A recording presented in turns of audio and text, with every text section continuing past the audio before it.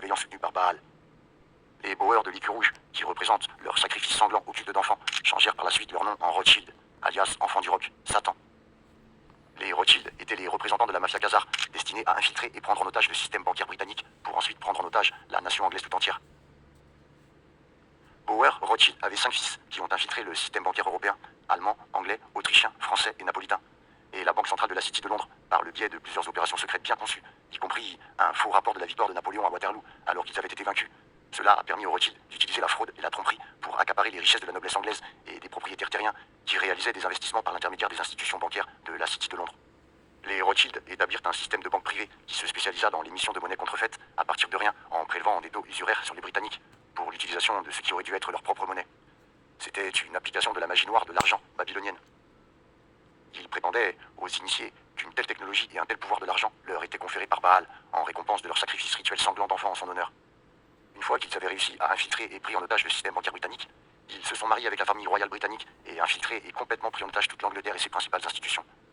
Certains experts prétendent que les Rothschild ont éliminé les membres de la famille royale en organisant secrètement des relations illicites adultériennes avec leurs propres descendants malkhazars afin de substituer aux membres de la famille royale leurs propres prétendants au trône. La mafia khazare entreprend une tentative internationale pour éliminer la monarchie de droit divin. Étant donné que la mafia khazare prétend entretenir une relation personnelle avec Baal, alias le diable, Lucifer, Satan, en raison des sacrifices qu'elle lui offre, elle déteste les rois qui règnent en vertu du droit divin parce qu'ils se sentent le devoir de protéger leur propre peuple des infiltrés et traîtres ennemis dans leur royaume. Au XVIIe siècle, la mafia khazare assassine les membres de la famille royale britannique pour les remplacer par ses propres hommes. Au XVIIIe siècle, ils assassinent la famille royale française. Juste avant la Première Guerre mondiale, ils assassinent l'archiduc Ferdinand pour démarrer la Grande Guerre. En 1917, ils rassemblent une armée khazare, les bolcheviks, et infiltrent et prennent en otage la Russie, assassinent froidement le tsar et sa famille, tuent à la baïonnette sa fille favorite, et font main basse sur tout l'or, l'argent et les trésors artistiques de la Russie. Juste avant la Deuxième Guerre mondiale, ils assassinent les familles impériales autrichiennes et allemandes.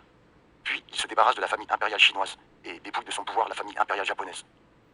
La haine intense que voue la mafia khazare à quiconque professe sa foi en Dieu au lieu de leur dieu Baal l'a entraîné à assassiner rois et nobles en s'assurant qu'ils ne pourraient plus jamais régner. Ils ont fait de même avec les présidents américains en menant des opérations secrètes pour les dépouiller du pouvoir.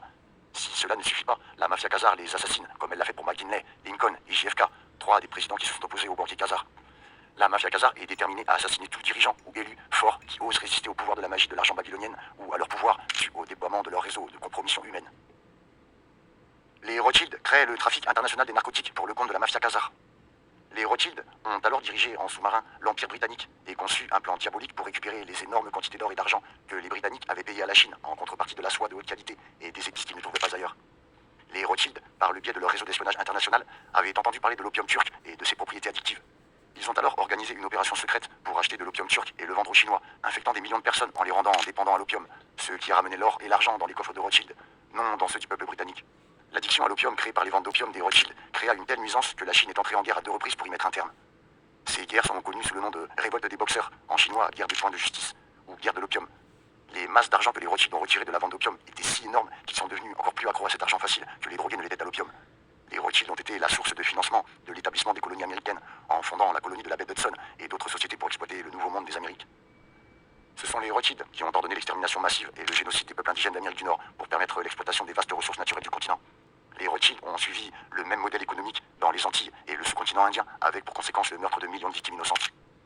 Les Rothschild se lancent dans le commerce international des esclaves, une entreprise qui considérait les humains kidnappés comme des animaux, une vision que les Khazars allaient imposer à tous les habitants du monde qui ne faisaient pas partie de leur cercle malveillant, que certains qualifient d'ancienne noblesse noire. Le gros projet suivant consistait à commencer un commerce international d'esclaves en achetant des esclaves à des chefs de tribus africains corrompus qui les aidaient à enlever des membres de tribus adverses pour les vendre comme esclaves. Les trafiquants d'esclaves Rothschild emmenaient ensuite ces esclaves enlevés à bord de leurs vaisseaux, enfermés dans de minuscules cellules vers l'Amérique et les Antilles où ils étaient vendus. Beaucoup sont morts en route en raison des mauvais traitements. Les banquiers Rothschild ont appris très tôt que les guerres étaient un moyen formidable de doubler leur fortune en peu de temps en prêtant de l'argent aux 2 belligérants.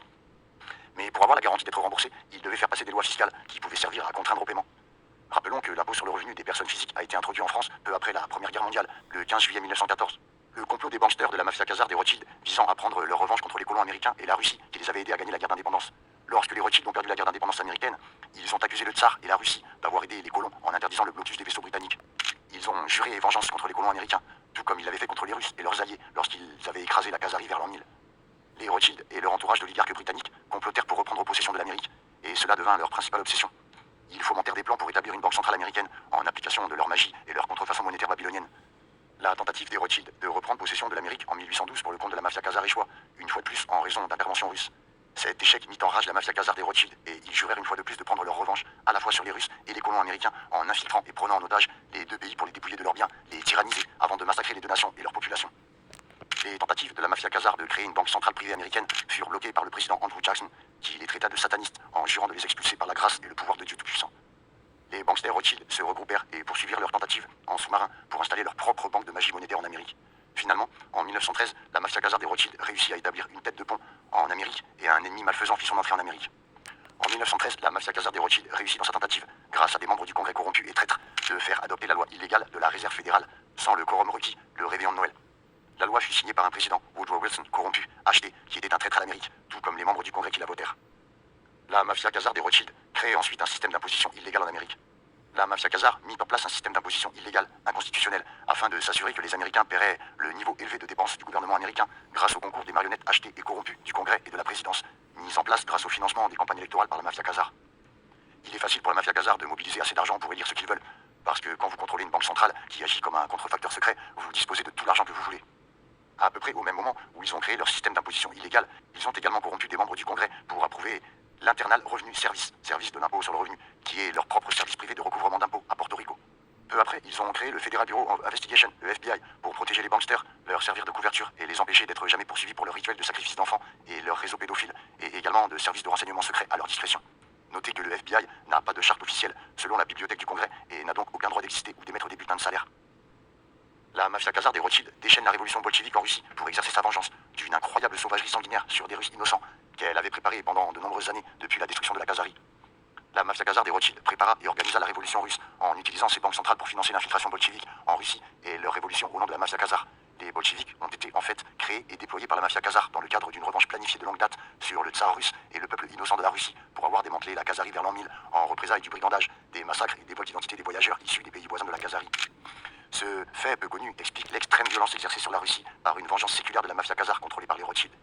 Dans une effusion de sang sauvage et inhumaine, bien préparée qui a stupéfié le monde, les bolcheviks ont donné libre cours à leur fureur au nom des Khazars pour prendre leur revanche sur les Russes. C'est quelque chose qui avait été planifié depuis la destruction de la Khazarie. Les bolcheviks, sous les directives de la mafia khazare, violèrent, torturèrent et massacrèrent près de 100 millions de Russes, y compris les femmes, les enfants et les bébés.